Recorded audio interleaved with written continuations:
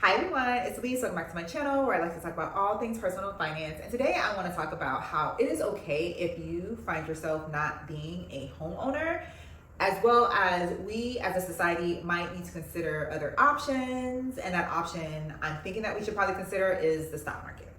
So housing has always been a large bill for us in society, right? But in the last 10 years especially, it is not only our largest bill, but it is our largest, most unaffordable bill.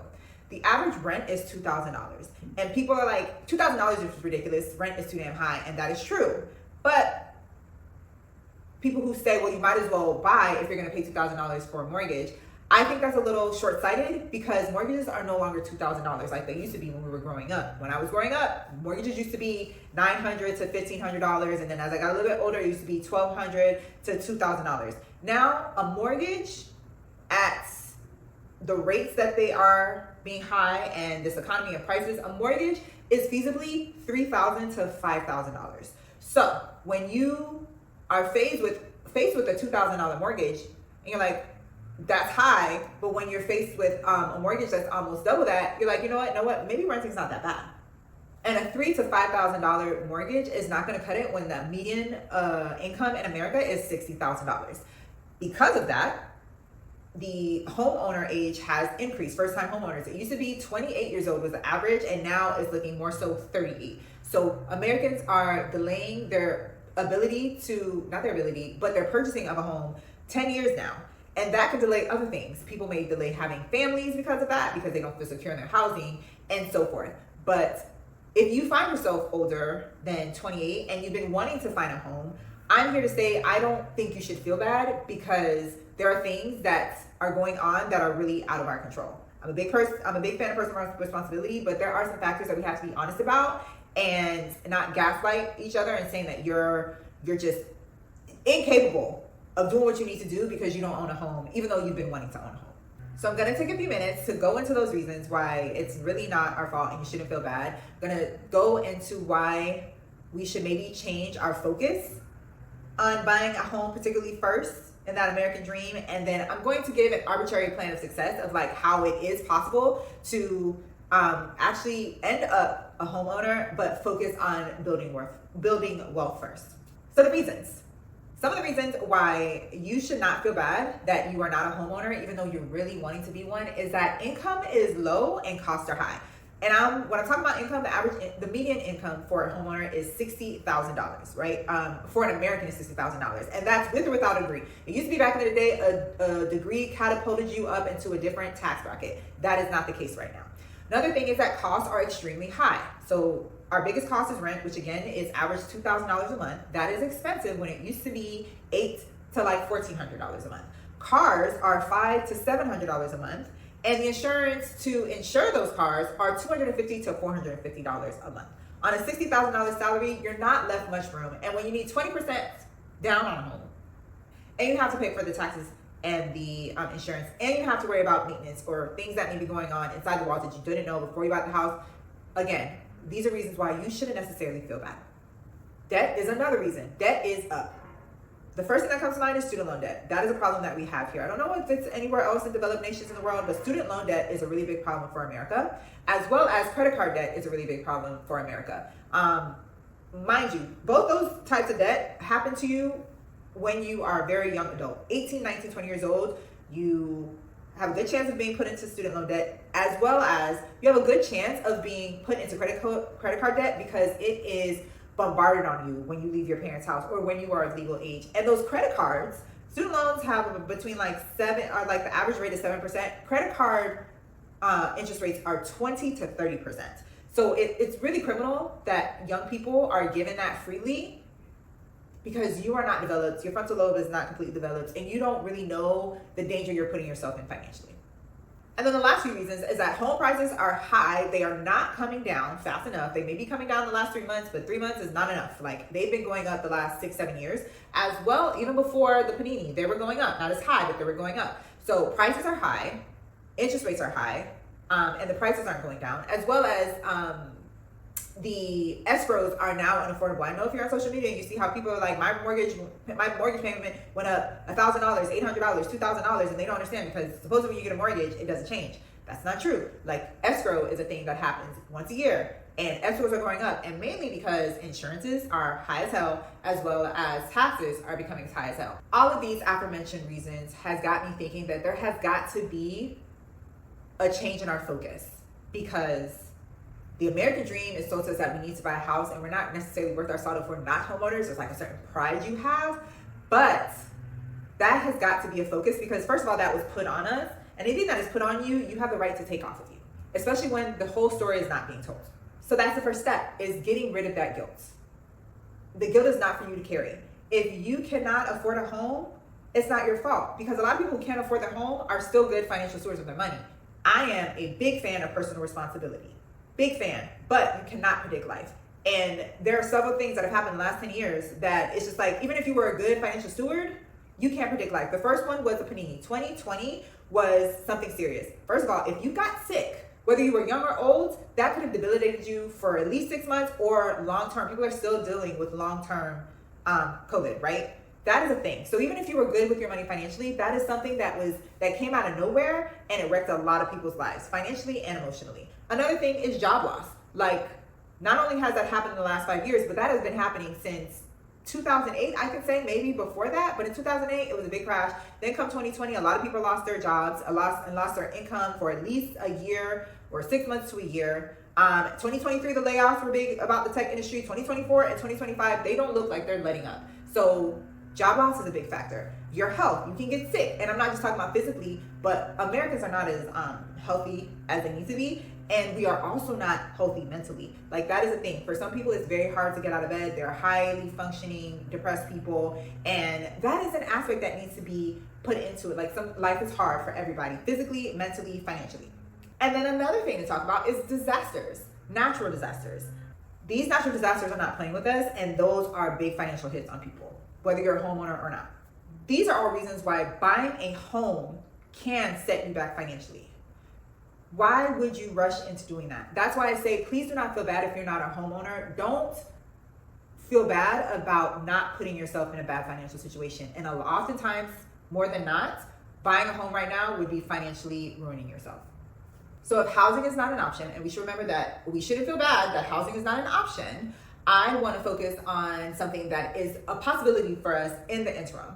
And then maybe we get a house later. And that is the stock market. Investing in the stock market is the easiest that it has probably ever been since the stock market was developed, I believe a little bit more than 100 years ago. And I say that because it is direct now. It used to be indirect. 50, 60, 70 years ago, if you wanted to buy stock, you would have to go in the newspaper or probably go into some circular information packet that probably not everybody had access to. You'd have to pick the stock that you want. You'd have to give a notice. You'd have to buy a whole share, and you'd have to send it snail mail. And then a broker only had the access to do it for you. They had to do it. You used to have a brokerage. Now we have cut that person out, and it can be direct. You can do it on a computer. You can do it on an app. You can do it, I don't know, through snail mail, but you don't need a middle person to do it.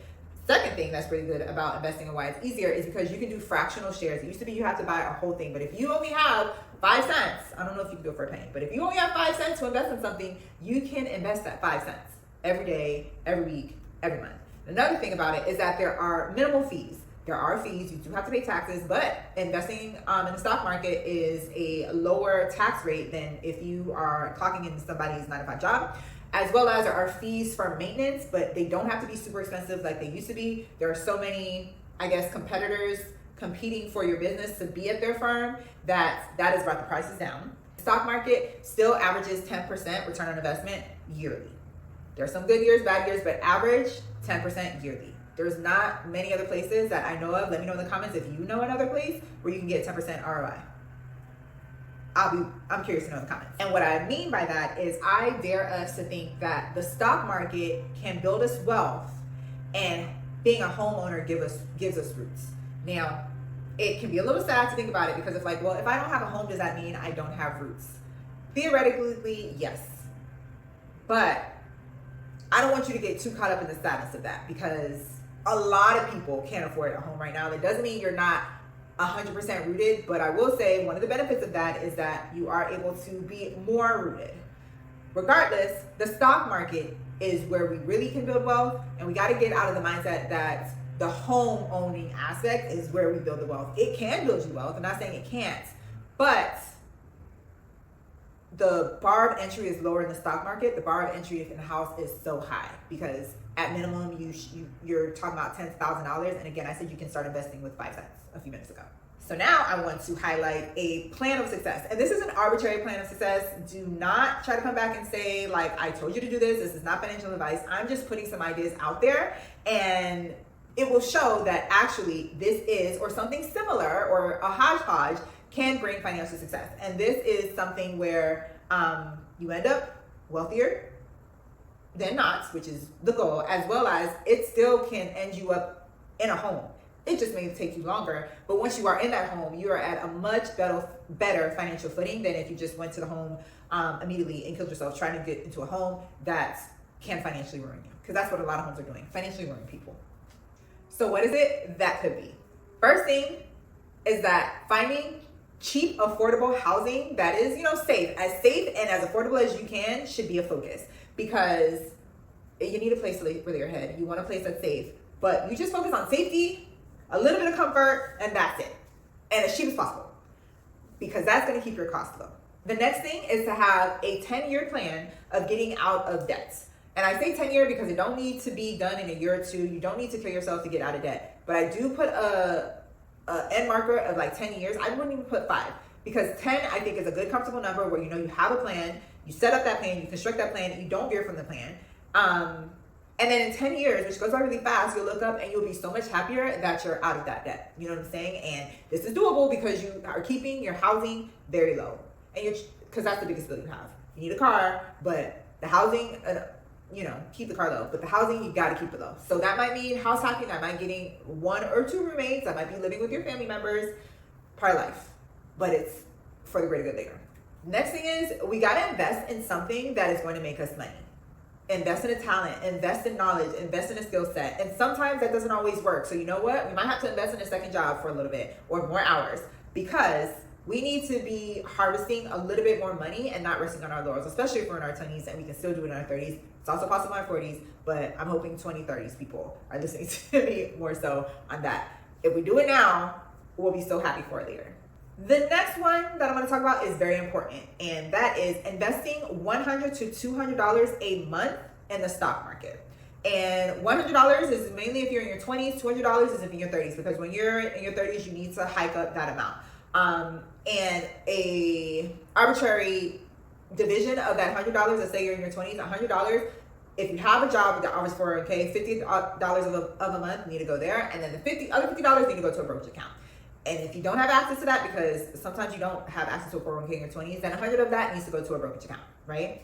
Now, and it's the same for if you're in your 30s, 100 of that, if you have a 401k access, at least $100 to that 401k, and then other $100 to the brokerage. And this is at least, this is bare minimum. Like, if you have more money, that's it. But I'm talking about bare minimum to, get a visual of, how in 15 to 20 years, you'll be so much better off. And it doesn't take a lot of money. It's $100 a month if you're in your 20s, and $200 a month if you are in your 30s. So if you have a car payment, try to get rid of that car payment next 3 years so you can at least devote that car payment to what I just talked about.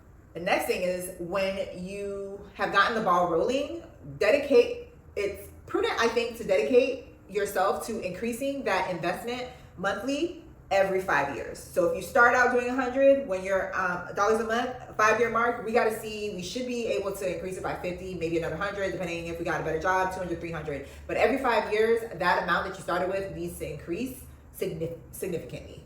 Doesn't have to be double, but it needs to increase. And then 5 years after that, increase. 5 years after that, increase. And then the last thing, in tandem with everything, is that set a 10-year plan to save for a house.